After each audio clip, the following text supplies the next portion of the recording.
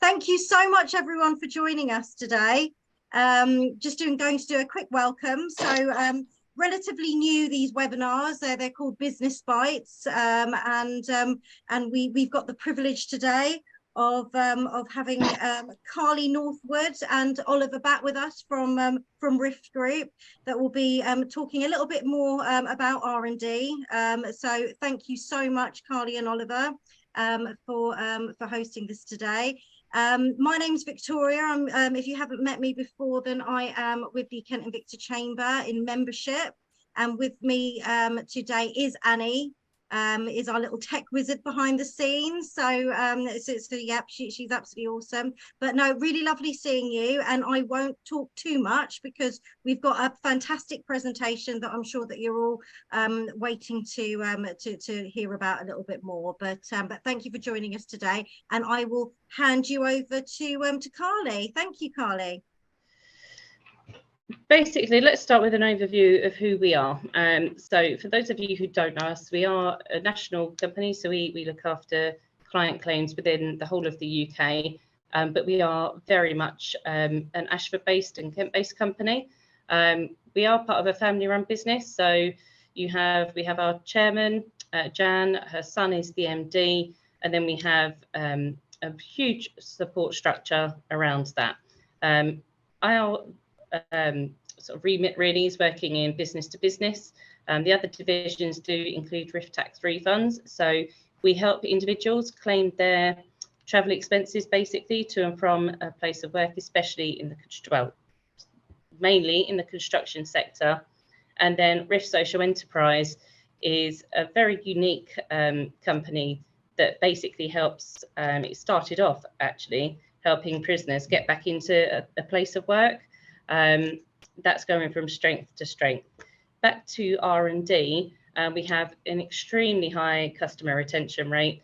We work very, very closely with our clients. They come to us as that trusted advisor. There has to be that level of competency there, which thankfully Ollie and his team, they're amazing. They uphold that on a regular basis. We are viewed as industry leading in terms of our customer service. You will feel that from today because we're not telling people what they want to hear, we're telling them the truth. We have identified millions of pounds in R&D expenditure from companies that may qualify, and we've reclaimed over 100 million from HMRC. So what is R&D tax relief? So we all know it as R&D tax credits. This is a very simple terminology now. You can make a retrospective claim for going back to financial years, which can be taken as future tax relief or tax credits. Nowadays, the landscape has changed and HMRC are being very specific. We're taking it all the way back to looking at the scientific and technological advancement. So all the more reason that now, more so than ever, we're looking at the real nitty gritty. We're looking at the finer details. It's not just saying what you've done. Our technical team will be looking at how you've done it. And where the activity qualifies, it is there to enable your business to claim back a proportion of the R&D expenditure. That's probably another key point, actually. It's not about all expenditure. It's the relevant proportion of your R&D expenditure. So who can make a claim? You have to be a limited company. You will fall into either the large or SME company. Generally in Kent, there's a hell of a lot of SMEs out there. But if you're going to claim as a large company, you would claim under the RDEC scheme. So you would have to be over 500 employees and 100 million euro turnover. And the company must be a going concern, which we'll touch on shortly. The claim can be taken as a future tax relief or as a tax credit. And also, which is quite fundamental for the qualifying activity, loss-making and pre-revenue companies can also claim. In terms of companies being a going concern, companies in financial difficulty, we have to apply more care here because any proceeds from an R&D claim will go towards outstanding debts to HMRC before repaying any other debt. You should never be claiming R&D as a way to save to save a business, basically. It has to be made abundantly clear. You're claiming this because you've achieved and you qualify for R&D, but we don't want to we don't want to mislead people as to what that relief is then going to be used for. Each company does need to be evaluated and assessed by us to determine the impact of an R&D claim and how close to insolvency the business is. So we find this equally relevant when we're talking with accountants. It comes back to that honesty piece in terms of let's have a look at the full and honest picture here, so that we can give you the best advice possible. I'm going to hand over to Oliver now, because he will get into the finer detail as the technical lead as to what activity qualifies as R&D. Thank you very much, Carly. It's probably one of the hardest things, hardest parts of my job, really, is determining the activity that qualifies, or even trying to give examples to people, because it's so sort of subjective and open to interpretation. So even some of the definitions here we've given here are relatively vague. But as Carly has rightly said, it is ultimately about advances to science or technology. But where you might see those with your own companies and with your own sectors, if you're improving capability on existing products or processes, that may well entail an advance to science and technology. If you're challenging sort of leading expertise in the sector, so that would be if you're, the baseline is here and you're trying to move beyond that, then the chances are you would be looking at sort of an advance to either science or technology. If you're undergoing experimentation, simply because there's no other way for you to determine something, whether something would be successful or not, then that may well be an indication of R&D activity also. And another area as well, that it doesn't have to necessarily be a tangible consequence. It could be an intangible. So something where you're gaining new knowledge for your sector. Science and technology is knowledge and information based often, anyway. So if you think you've gained knowledge in a way that no one else has prior, then there could be a chance there that you're doing R&D activity.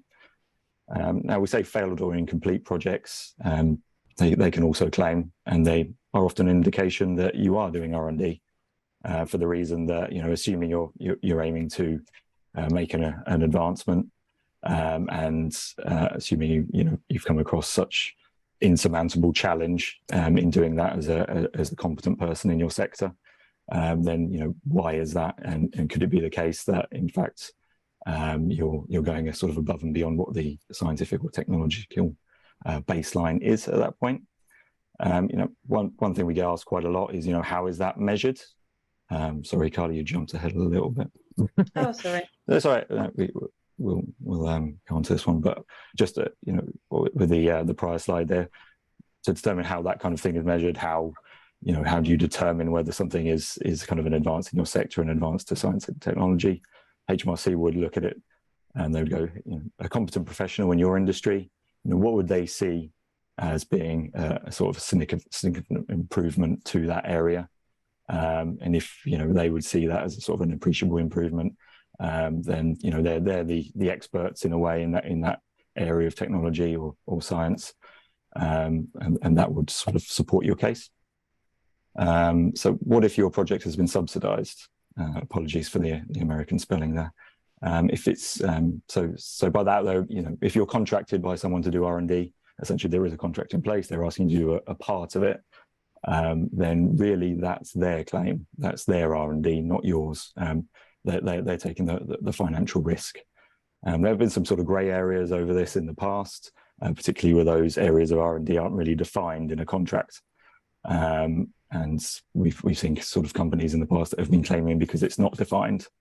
But HMRC have made a stance, they've got an entrenched view that if it's even part of a contract, even if it's sort of vaguely around it, they would see that as not being your claim, which is quite a change to the way certain industries were claiming before, but it's something to be mindful of.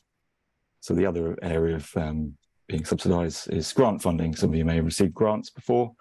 Now, depending on the type of the grant, will depend on how much it affects your claim, but typically it will affect your claim if you have a grant and then you're using that money for R&D, but particularly if it's state aid. Now, the reasons there is because the SME scheme is considered state aid.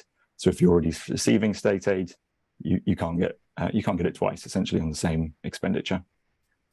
So in that situation, you still can claim R&D, but not under the SME scheme. Now, there is another scheme, usually for large companies, but it also covers subsidised R&D expenditure as well.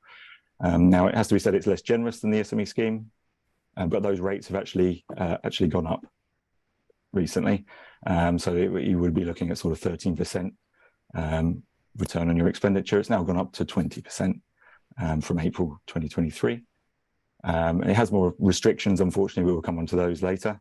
And also, unlike the typical SME R&D scheme, it's an above-the-line credit, and the benefit you receive is actually taxable within the accounting period that you benefit from it. Thank you, Carly. So importantly, what costs can you claim? This is largely aimed at the SME scheme, but I will caveat that with some expenditure that's relevant to the RDEC scheme. So salary staff, so that's their remuneration package, as insofar as they are involved in qualifying activities. And if you're a company that often does R&D, you might want to think about keeping timesheets so you can determine, the spends that your employees have on R&D over general business activities. But for companies that aren't aware of doing that, or maybe they don't regularly do R&D, then a fair and reasonable apportionment, as long as there's a logic behind it, is something we often have to apply. That's something that's perfectly acceptable, as long as we can justify it. You can claim the cost of your freelance and subcontracted expertise that you're using in a project. Bear in mind that these are capped at 65%. And when it comes to the RDEC scheme, or the large company scheme that's often known, you cannot claim subcontracted expenditure. And it's got kind of linked to that are externally provided workers. So defining those swiftly, that's where you're kind of paying someone else to provide you a pay-as-you-earn or salaried staff member. So there's kind of a tripartite agreement in place. Can I ask a question on the 65%? Yes, most certainly. The 65%, is that 65% of their cost to you, or 65% of a project? So 65% of the cost to you for that expenditure. So if you've got an invoice for your subcontracted member of staff, or whoever you subcontracted company potentially, only 65% of that would be qualifying as an R&D expense. Right. So this is not coming back to you yet, but we will come on to that. Thank you. And the other area of claimable expenditure is consumables, and that's pretty broad. What that basically means is anything used up in a project. So if you're prototyping, that would be the components for the prototype. If you're using materials for testing, it will be those used up materials. And it will also be utilities, so a portion of your electricity or heat, light and power during that project, which we've got a kind of, you can work that out in a kind of formula looking at your number of staff you have, etc. We can usually work that out to a reasonable level. And a lesser known one is reimbursed travel costs for staff. Now the operative word there is reimbursed.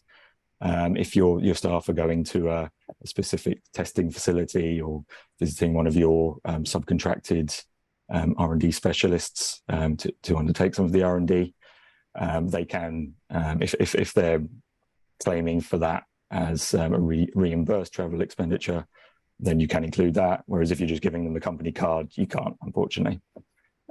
It can make a bit of difference, particularly where some people will be doing their R&D abroad and have to sort of end up going to China because they'll soon rack up. So in terms of what cannot be claimed, so capital items, including plant and machinery. That's the main reason for that is, your R&D expenditure has to be a revenue expenditure, things in your P&L. If you capitalized it, it's not treated in the same way for tax purposes. The kind of However, if it is amortized, that element you can claim. But typically we can sort of discuss if you have put a load of your development expenditure and capitalized it, if it's still within a window that can potentially be changed. So we can discuss that with you. Anything on marketing, unfortunately, can't be included. So that would include market research. That's really about commercialization rather than the actual core development. And the other thing is first of class and production costs. So where you've made a prototype, perhaps, if you then sell that prototype on, that's first of class. You can't claim for the components that go into a prototype that you then become commercially viable, or anything to do with production. So if you're in manufacturing, your last kind of tooling costs, essentially that's part of commercialization, prototype tooling costs, and anything up to that point, that's still in the prototyping phase. That's still subject to R&D. Unfortunately, rent and rates as well. Well, you can have your utilities, rent and rates, unfortunately, no. And any sort of patents or legal costs. Thank you, Carly. So importantly, what does it all mean? So once you've got your sort of qualifying amount, and that's, that could be a mixture of your staff costs, your subcontracted costs, your consumables. That can be taken as tax relief or even tax credits, depending on your tax position. Now, the kind of bottom line really at the moment is, maximum is 33% if you're in a great deal of losses. It's 24.7 if you're in a profit-making situation. And if you're kind of on the cusp, somewhere in between, you're kind of in between that really, you get a kind of a lower rate, unfortunately. Those rates are all changing, which I'll come into in more detail later. Now with the RDEX scheme that I mentioned before for large companies and subsidized R&D expenditure, the benefit is 13%, and that's a gross benefit, so that is taxed. But that is increasing to 20% from expenditure from April onwards. And the kind of the average claim that we see is 54,000. So that's the actual benefit back to you.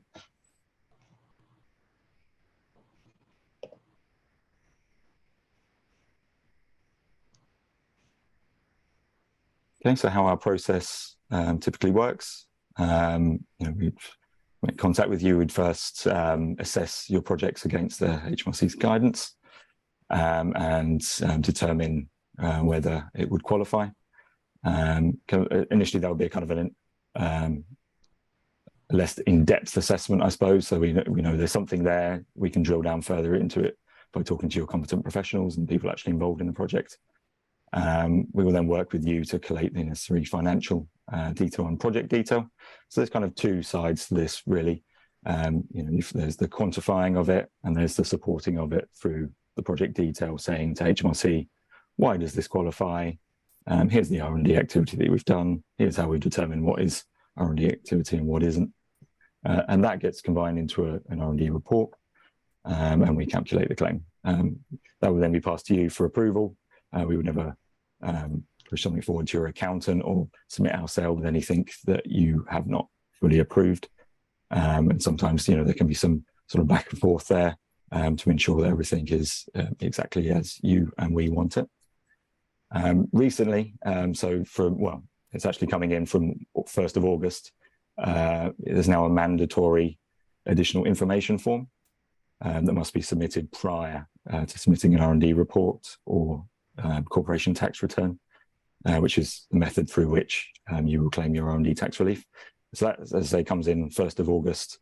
Obviously, we've already kind of put this into place really to ensure that we're getting the right information for that. And again, that's something that we would do and most R&D providers would do. So that will go along and be submitted to HMRC.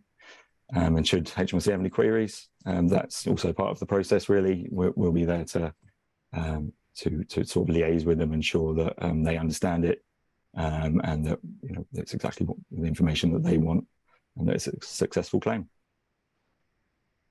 Thank you, Carly.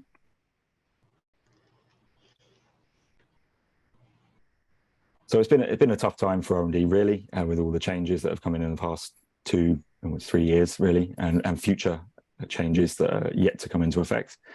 So as of last year, there was a tax credit cap, 20,000 plus 3 times a company's total pay-as-you-earn and national insurance contributions. This is kind of, I think, really for the government to encourage companies to take on staff. Companies with staff are more likely to get a higher tax credit rate if they're claiming R&D. Companies with only subcontractors will fall foul of that cap. It soon adds up when you're adding the pay-as-you-earn and national contributions together. So it's only very high tax credits and ones with not many staff that would really be affected here. From 1st of April, as I advised, the rates have changed. So there was the lowering of the uplift from 130 to 86%, and also the lowering of the tax credit rate. So that's only on expenditure incurred from 1st of April 2023 onwards. So for most people, their claims are unaffected at the moment, or they're having sort of part of it affected and part of it still at the old rates. What that looks like in sort of broad terms and what you receive back, profit-making company would look to be getting 16.3 to 21.5% return on their qualifying R&D expenditure. A loss-making company will now be 18.6% if they're in a great deal of losses. It's all depending on your tax position. Obviously, with the new tax brackets come in as well, that's what affects that profit benefit. And they, as I mentioned, the mandatory additional information form came into effect. And that has just put another hurdle, I suppose, and another thing for us to do. But there's good reasons for HMRC to put these in place in terms of compliance.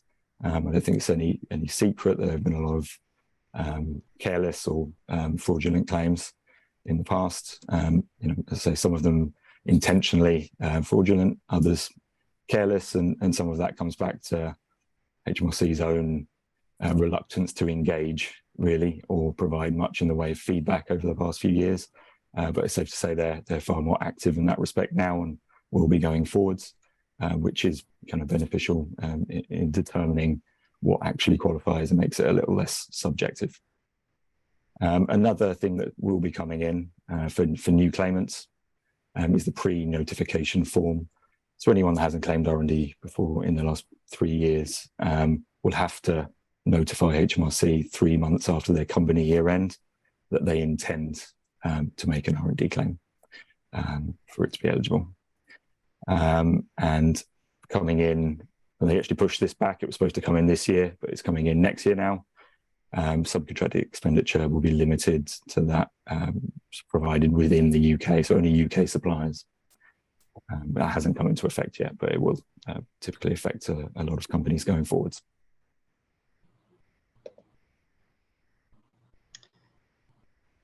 Thank you very much. Thank you, Ollie. Thank you. That's okay. Hopefully we have some time for questions. I will stop sharing my screen and hand to There was one Victoria. from Roddy. Roddy, did you still want to ask your question that you put in the chat?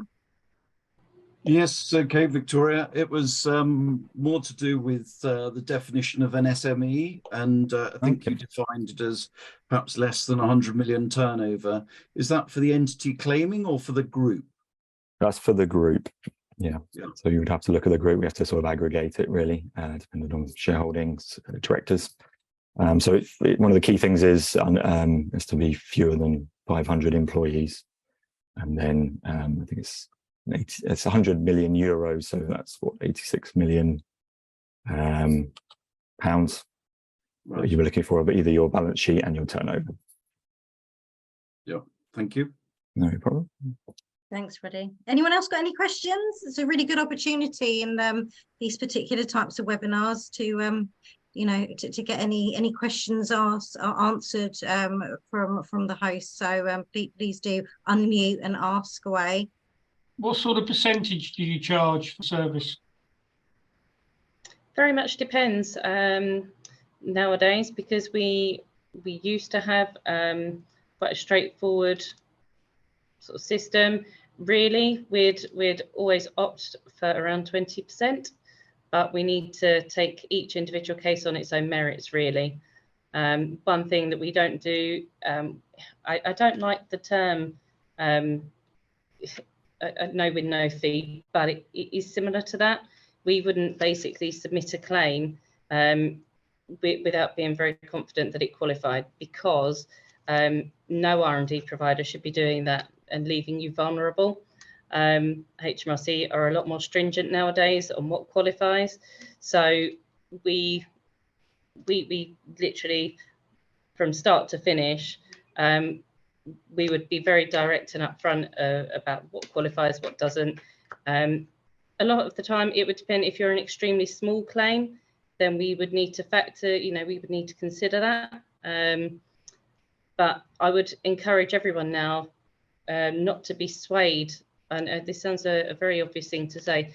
I wouldn't be swayed by, there were R&D companies out there offering to charge 6% at one point.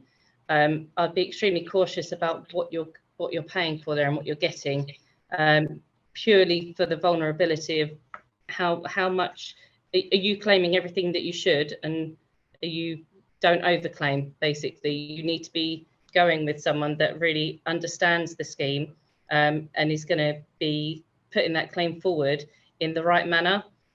When Ollie referred to the form, that's although it's another hurdle, no, it's another bit of administration, arguably. What that will do is identify the R&D advisors out there that understand the scheme very well.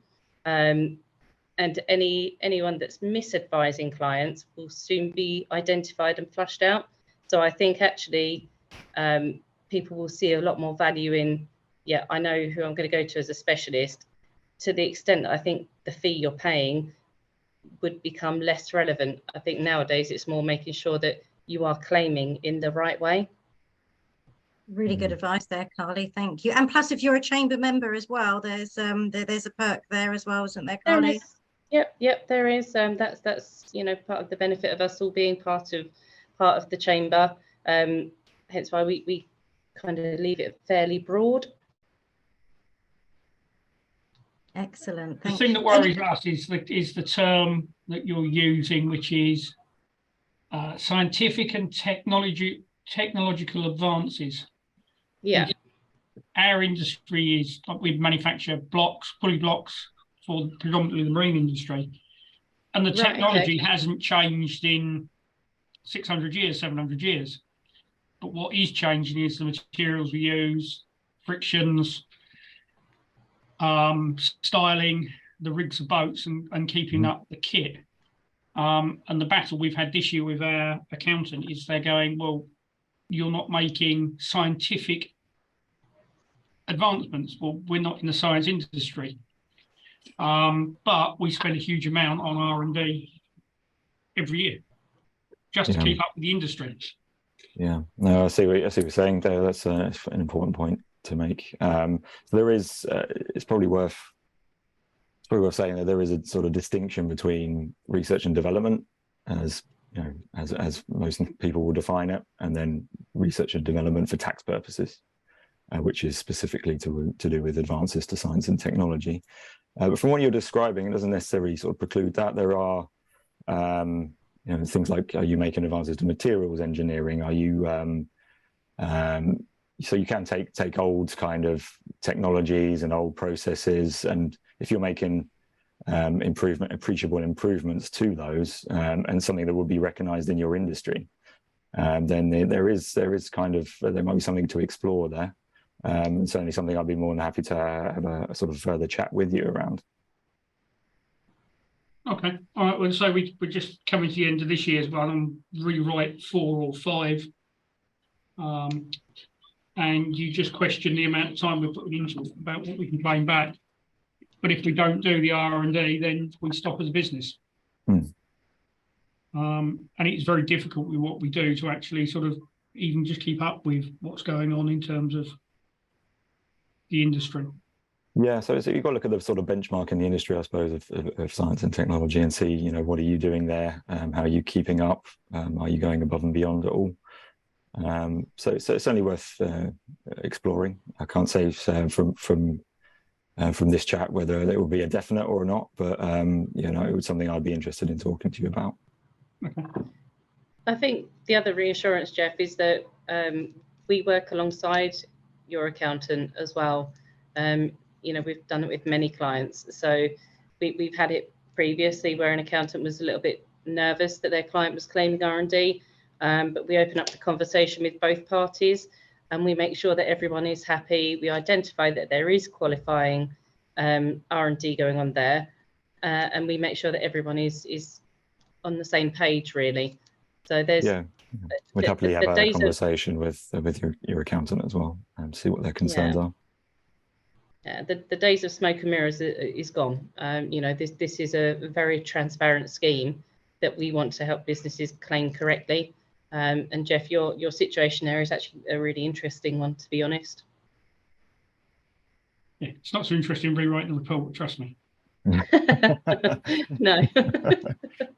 well, that's something that we do. So anyway. Thank you, Jeff. Have you got Carly and Oliver's details? Or well, I've asked in the chat about, is the PowerPoint coming over? So that's at the end of the PowerPoint, but yes, there should have been two of us in here, so it's one. So I've made notes and asked some questions, and then we'll back working. Okay, perfect. Excellent. Anyone else with any more questions? No, I will take that as a no, but Carly, Oliver, that was really insightful. Thank you so much. And great discussions as well from you all. So thank you so much for attending. We will have this recorded. So it will go up on the website probably, will it be tomorrow, Annie? Yeah, so by tomorrow, this time tomorrow, it will be on the website for you to have a look at. In regards to these business bites that we've been doing, then please just have a look on the events page of our website just to see if there's any other topics that you would like to attend and be included in, and then you can book online there. But yes, thanks again, Carly, Oliver. If anyone does want to connect with them, please contact myself, contact Annie. Their details will be on the presentation as well, so you'll be able to, I'm sure they'll be more than happy to, you know, to discuss anything in a little bit more detail with you.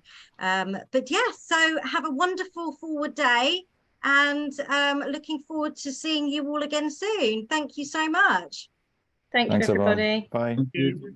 Bye.